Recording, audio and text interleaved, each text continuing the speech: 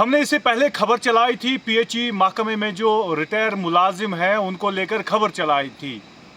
अब बातें कुछ और सामने आ रही है। आपको बता दें कि पीएचई महकमे से जुड़े जो मुलाजिम वहाँ पे कर्मचारी काम कर रहे थे, अब वो रिटायर हो चुके हैं, लेकिन उनके घरों में आज खाने के लिए एक निवाला भी नहीं नसीब हो रहा है। आखिर इन लोगों ने 60 साल इस डिपार्टमेंट में दिए हैं, उसके बाद डिपार्टमेंट का कैसा शिकंजा जो आज पीएचई के रिटायर मुलाजिम अपने घरों में अपने बीवी के लिए दवाई तक नहीं ला पा रहे हैं। ऐसी हालत इनके साथ हुई है। आपके स्क्रीन पर एक ऑर्डर जो एजी ऑफिस से लिख रहे हैं कि रिफिक्सेशन और रिकॉर्डेड ये जो डाटा है वो हमें भेज दीजिए। सर्विस बुक के हवाले से हमने आज इस पूरे मामले की जानकारी पीएचई हंदवारा से लेनी चाहिए। एक्जन पीएचई हंदवारा मिस्टर बिलाल मलिक को हमने फोन लाइन पे उनसे बात की। उन्होंने बताया कि ये झूठ बोल रहे हैं, सर्विस बुक हमारे पास नहीं है, सर्विस बुक हमने एजी ऑफिस भेज दिए है। और उनका मानना था कि उन्होंने बताया कि कोर्ट का ऑर्डर आया था और हमें उसी कोर्ट के हवाले से उनका रिप्लाई लिखना है, उनको जवाब लिखना है कि आखिर क्या मामला था। लेकिन SRO 59 पिछले कई दिहाई से आप कह सकते हैं चल रहा था। इन लोगों का सवाल है कि जब SRO 59 हमारे पास चल रहा था, अलॉटमेंट पीएचई एक्जन ऑफिस से जा रही थी, तब क्यों नहीं ये पैसे काट दिए गए? या इनका मानना है पीएचई एक्जन के पास ऐसा कौन सा ऑर्डर है जो ऑर्डर ये बता रहा है कि SRO 59 इनको काटना है। इनका ये भी मानना है कि बांडीपोरा वाले SRO 59 ले रहे हैं, SRO 59 टंगडार वाले ले रहे हैं, तो हंदवारा डिवीजन में क्या प्रॉब्लम? ये जो रिटायर मुलाजिम हैं ये कहते हैं कि हमने 60 साल इस डिपार्टमेंट को दिए हैं और 60 साल के बाद हमारे पास ना पेंशन का कोई पैसा, ना ग्रेजुइटी, ना कॉम्पिटिशन, ना कुछ, हमारे हाथ में कुछ भी नहीं आ रहा है और हम बिल्कुल भीख मांगने के लिए मजबूर है। आधे ये कहते हैं कि हम कैंसर पेशेंट है, हमें दवाई चाहिए, वो दवाई भी अब हमारे लिए नहीं हो रही है, हमारे लिए ये दवाई नहीं मिल रही है क्योंकि हम पैसों के बगैर हैं।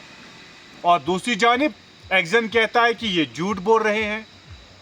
इधर एक्जन कंसर्न कहते हैं कि हम ये मसला जो है सब जुडिस है और इसमें हम रिप्लाई लिख रहे हैं। पहले वाकया कि उन्होंने बताया कि हमारे साथ मारपीट हुई और उसके रिलेटेड हमने एक वीडियो पीएचई ऑफिस के बाहर इनका एहजाज चलाया था। आज भी एहजाजी सूरत में ये हमारे ऑफिस पे आए थे। उन्होंने बताया कि हम अब खुदकुशी करने पे मजबूर हो गए हैं क्योंकि पिछले 7 या 8 महीने से हमारे घरों में एक निवाला भी हमारे बच्चों के नसीब नहीं हुआ क्योंकि हमारे पास पैसे नहीं हैं। ये लोग कहते हैं कि जब तब अलॉटमेंट भेजी गई थी, तब अलॉटमेंट भेजी जा रही थी, पैसे आ रहे थे। अगर अलॉटमेंट 1 करोड़ की थी, SRO 59 के बाद ये 1.5 करोड़ की हो गई।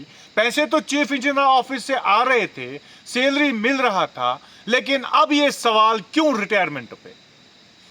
अब इन लोगों ने डायरेक्टली आज LG इंतजामिया और यूटी के CM डिस्ट्रिक्ट मजिस्ट्रेट कुपवाड़ा से अपील की है कि बराई मेहरबानी इंटरवेन करके हमें जो हक है वो हमें दिया जाए, क्योंकि ये लोग कहते हैं कि खुदकुशी करने पर मजबूर हो गई। अब देखिए 60 साल किसी शख्स ने नौकरी की, 60 साल के बाद ये खुदकुशी करे, आखिर किसके जिम्मे, कौन इसका जिम्मेदार होगा? आखिर ये SRO 59 लागू कब हुआ, कानून कब चेंज हुआ, क्या ये सबके सामने आया था? क्या आपको नहीं लगता है कि एजी ऑफिस में कंसर्न अथॉरिटी को प्रेस बाइट करनी चाहिए, प्रेस कॉन्फ्रेंस में बुलाकर बताना चाहिए, सारी चीजें बतानी चाहिए? क्या आपको नहीं लग रहा है कि एक्जन पीएचई हंदवाड़ा को प्रेस कॉन्फ्रेंस में बताना चाहिए कि ये लोग तो झूठ बोल रहे हैं, मैंने सबका पेंशन छोड़ा है? लेकिन ये लोग, पीएचई एक्जन का ये भी माना था कि अब ट्रेजरी के साथ मसला है।